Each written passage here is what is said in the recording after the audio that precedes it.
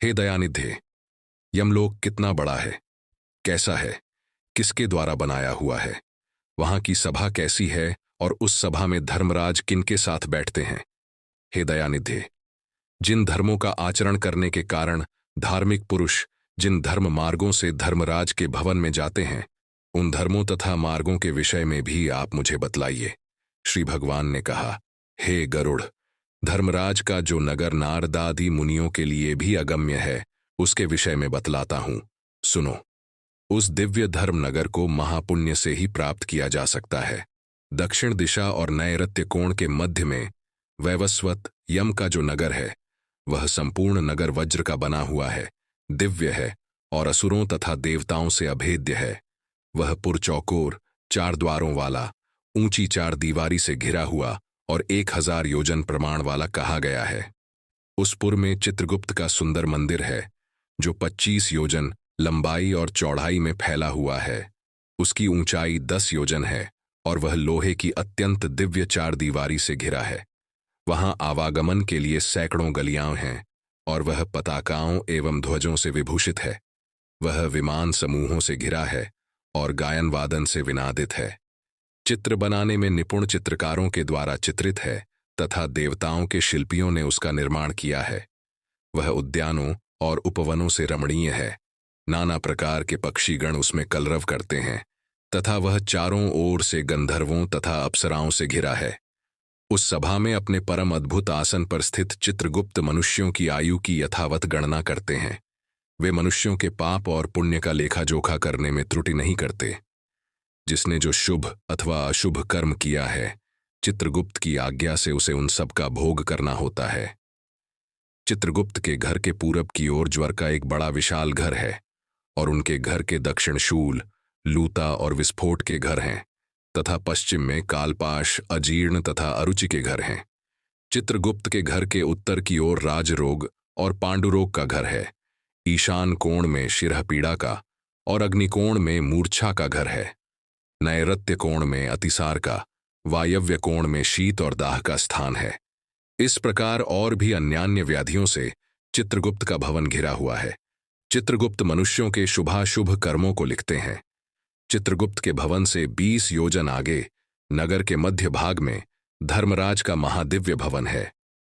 वह दिव्य रत्नमय तथा विद्युत की ज्वालामालाओं से युक्त और सूर्य के समान देदीप्यमान है। वह 200 योजन चौड़ा, 200 योजन लंबा और 50 योजन ऊंचा है। 1000 स्तंभों पर धारण किया गया है। वैदुर्य मणि से मंडित है, स्वर्ण से अलंकृत है और अनेक प्रकार के हर्म्य, धनिकों के भवन और प्रासाद गृह से परिपूर्ण है। वह भवन शरतकालीन मेघ के समान उज्ज्वल, निर्मल एवं सुवर्ण के बने हुए कलशों से अत्यंत मनोहर है। उसमें चित्र बहुरंगी रंग के स्फटिक से बनी हुई सीढ़ियां हैं और वह हीरे के फर्श से सुशोभित है। रोशनदानों में मोतियों के झालर लगे हैं। वह पताकाओं और ध्वजों से विभूषित, घंटा और नगाड़ों से निनादित तथा स्वर्ण के बने तोरणों से मंडित है। वह अनेक आश्चर्यों से परिपूर्ण और स्वर्ण निर्मित सैकड़ों किवाड़ों से युक्त है तथा कंटकरहित नाना वृक्ष, लताओं एवं गुल्मों अर्थात झाड़ियों से सुशोभित है। इसी प्रकार अन्य भूषणों से भी भवन सदा भूषित रहता है। विश्वकर्मा ने अपने आत्मयोग के प्रभाव से उसका निर्माण किया है। उस धर्मराज के भवन में 100 योजन लंबी चौड़ी दिव्य सभा है, जो सूर्य के समान प्रकाशित, चारों ओर से देदीप्यमान तथा इच्छानुसार स्वरूप धारण करने वाली है। वहां न अधिक ठंड है, न अधिक गर्मी। वह मन को अत्यंत हर्षित करने वाली है। उसमें रहने वाले किसी को न कोई शोक होता है, न वृद्धावस्था सताती है, न भूख प्यास लगती है और न किसी के साथ अप्रिय घटना ही होती है।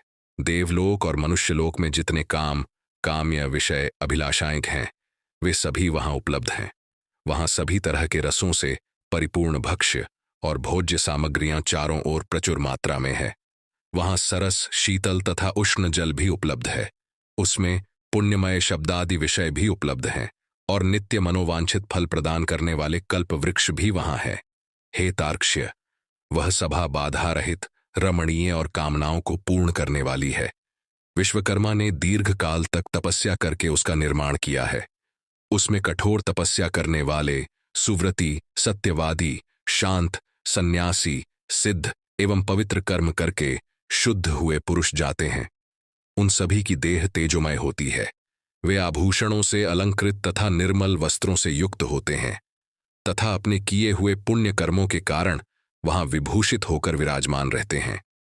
10 योजन विस्तीर्ण और सभी प्रकार के रत्नों से सुशोभित उस सभा में अनुपम एवं उत्तम आसन पर धर्मराज विद्यमान रहते हैं। वे सत्पुरुषों में श्रेष्ठ हैं और उनके मस्तक पर छत्र सुशोभित है। कानों में कुंडलों से अलंकृत वे श्रीमान महामुकुट से सुशोभित हैं।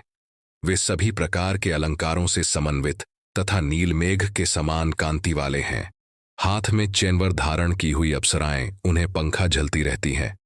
गंधर्वों के समूह तथा अप्सराओं का संघ गायन, वादन और नृत्यादि द्वारा सभी ओर से उनकी सेवा करते हैं।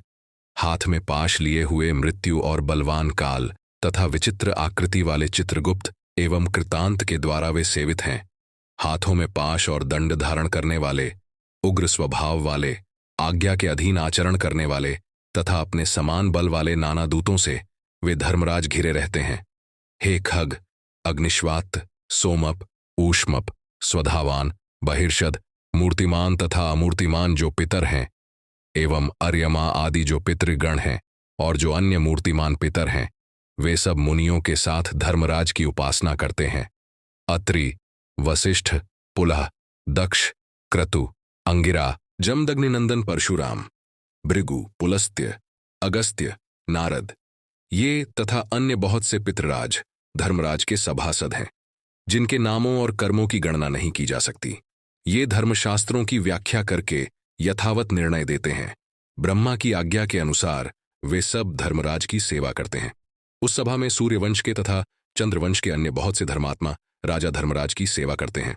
मनु, दिलीप, मांधाता, सगर, भगीरथ, अम्बरीश, अनरण्य, मुचुकुंद, निमि, पृथु, ययाति, नहुष, पूरु, दुष्यंत, शिवि, नल, भरत, शंतनु, पांडु तथा सहस्त्रार्जुन, ये यशस्वी पुण्यात्मा राजर्षि और बहुत से प्रख्यात राजा बहुत से अश्वमेध यज्ञों का अनुष्ठान करने के फलस्वरूप धर्मराज के सभासद हुए हैं। धर्मराज की सभा में धर्म की ही प्रवृत्ति होती है। न वहां पक्षपात है, न झूठ बोला जाता है और न किसी का किसी के प्रति मात्सर्य भाव रहता है। सभी सभासद शास्त्रविद और सभी धर्मपरायण हैं। वे सदा उस सभा में वैवस्वत यम की उपासना करते हैं। हे तार्थ्य, महात्मा धर्मराज की वह सभा इस प्रकार की है। जो पापात्मा पुरुष दक्षिण द्वार से वहां जाते हैं, वे उस सभा को नहीं देख पाते। धर्मराज के पुर में जाने के लिए 4 मार्ग हैं। पापियों के गमन के लिए जो मार्ग है, उसके विषय में मैंने तुमसे पहले ही कह दिया। पूर्व आदि 3 मार्गों से जो धर्मराज के मंदिर में जाते हैं, वे सुकृति अर्थात पुण्यात्मा होते हैं और अपने पुण्यों के बल से वहां जाते हैं। उनके विषय में सुनो। उन मार्गों में जो पहला पूर्व मार्ग है, वह सभी प्रकार की सामग्रियों से समन्वित है और पारिजात वृक्ष की छाया से आच्छादित तथा रत्नमंडित है। वह मार्ग विमानों के समूहों से संकीर्ण और हंसों की पंक्ति से सुशोभित है, विद्रूम के उद्यानों से व्याप्त है और अमृतमय जल से युक्त है। उस मार्ग से पुण्यात्मा ब्रह्मर्षि और अम्लांतरात्मा राजर्षि, अप्सरागण, गंधर्व, विद्याधर, वासुकी आदि महान नाग जाते हैं। अन्य बहुत से देवताओं की आराधना करने वाले, शिव भक्तिनिष्ठ, ग्रीष्म ऋतु में प्याऊ का दान करने वाले, माघ में आग सेंकने के लिए लकड़ी देने वाले, वर्षा ऋतु में विरक्त संतों को दान मानादि प्रदान करके उन्हें विश्राम कराने वाले, दुखी मनुष्य को अमृतमय वचनों से आश्वस्त करने वाले और आश्रय देने वाले, सत्य और धर्म में रहने वाले, क्रोध और लोभ से रहित, पिता माता में भक्ति रखने वाले, गुरु की शुश्रूषा में लगे रहने वाले, भूमि दान देने वाले, गृह दान देने वाले, गोदान देने वाले, विद्या प्रदान करने वाले, पुराण के वक्ता, श्रोता और पुराणों का पारायण करने वाले, ये सभी तथा अन्य पुण्यात्मा भी पूर्व द्वार से धर्मराज के नगर में प्रवेश करते हैं। वे सब सुशील और शुद्ध बुद्धि वाले धर्मराज की सभा में जाते हैं। धर्मराज के नगर में जाने के लिए दूसरा उत्तर मार्ग है, जो सैकड़ों विशाल रथों से तथा शिविका आदि नर यानों से परिपूर्ण है।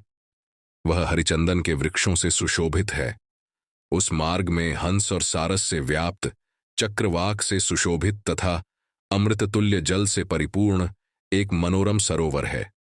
इस मार्ग से वैदिक अभ्यागतों की पूजा करने वाले, दुर्गा और सूर्य के भक्त, पर्वों पर तीर्थ स्नान करने वाले, धर्म संग्राम में अथवा अनशन करके मृत्यु प्राप्त करने वाले, वाराणसी में, गौशाला में अथवा तीर्थ जल में विधिवत प्राण त्याग करने वाले हैं। ब्राह्मणों अथवा अपने स्वामी के कार्य से तथा तीर्थ क्षेत्र में मरने वाले और देव प्रतिमा आदि के विध्वंस होने से बचाने के प्रयास में प्राण त्याग करने वाले हैं। योगाभ्यास से प्राण त्याग करने वाले हैं, सत्पात्रों की पूजा करने वाले हैं तथा नित्य महादान देने वाले हैं। वे व्यक्ति उत्तर द्वार से धर्म सभा में जाते हैं। तीसरा पश्चिम का मार्ग है, जो रत्न जटित भवनों से सुशोभित है। वह अमृतसर से सदा परिपूर्ण रहने वाली बावलियों से विराजित है। वह मार्ग ऐरावत कुल में उत्पन्न मदोन्मत हाथियों से तथा उच्चैःश्रवा से उत्पन्न अश्वरत्नों से भरा है। इस मार्ग से आत्मतत्ववेत्ता, सतशास्त्रों के परिचिंतक, भगवान विष्णु के अनन्य भक्त, गायत्री मंत्र का जप करने वाले, दूसरों की हिंसा, दूसरों के द्रव्य एवं दूसरों की निंदा से परांगमुख रहने वाले, अपनी पत्नी में संतुष्ट रहने वाले संत, अग्निहोत्री, वेदपाठी ब्राह्मण गमन करते हैं। ब्रह्मचर्य व्रत का पालन करने वाले, वानप्रस्थ आश्रम के नियमों का पालन करने वाले, तपस्वी, संन्यास धर्म का पालन करने वाले तथा श्रीचरण सन्यासी एवं मिट्टी के ढेले, पत्थर और स्वर्ण को समान समझने वाले, ज्ञान एवं वैराग्य से संपन्न, सभी प्राणियों के हित साधन में निरत, शिव और विष्णु का व्रत करने वाले, सभी कर्मों को ब्रह्म को समर्पित करने वाले, देवरण, पितृऋण एवं ऋषि ऋण, इन तीनों राणों से विमुक्त, सदा पंचयज्ञ में निरत रहने वाले, पितरों को श्राद्ध देने वाले, समय से संध्योपासन करने वाले, नीच की संगति से अलग रहने वाले, सत्पुरुषों की संगति में निष्ठा रखने वाले, ये सभी जीव अप्सराओं के समूहों से युक्त श्रेष्ठ विमान में बैठकर अमृतपान करते हुए धर्मराज के भवन में जाते हैं और उस भवन के पश्चिम द्वार से प्रविष्ट होकर धर्मसभा में पहुंचते हैं। उन्हें आया हुआ देखकर धर्मराज बार बार स्वागत संभाषण करते हैं, उन्हें उठकर अभ्युत्थान देते हैं और उनके सम्मुख जाते हैं। उस समय धर्मराज भगवान विष्णु के समान चतुर्भुज रूप और शंख चक्र गदा तथा खड्ग धारण करके पुण्य करने वाले जीवों के साथ स्नेहपूर्वक मित्रवत आचरण करते हैं। उन्हें बैठने के लिए सिंहासन देते हैं, नमस्कार करते हैं और पाद्य, अर्घ्य आदि प्रदान करके चंदनादिक पूजा सामग्रियों से उनकी पूजा करते हैं।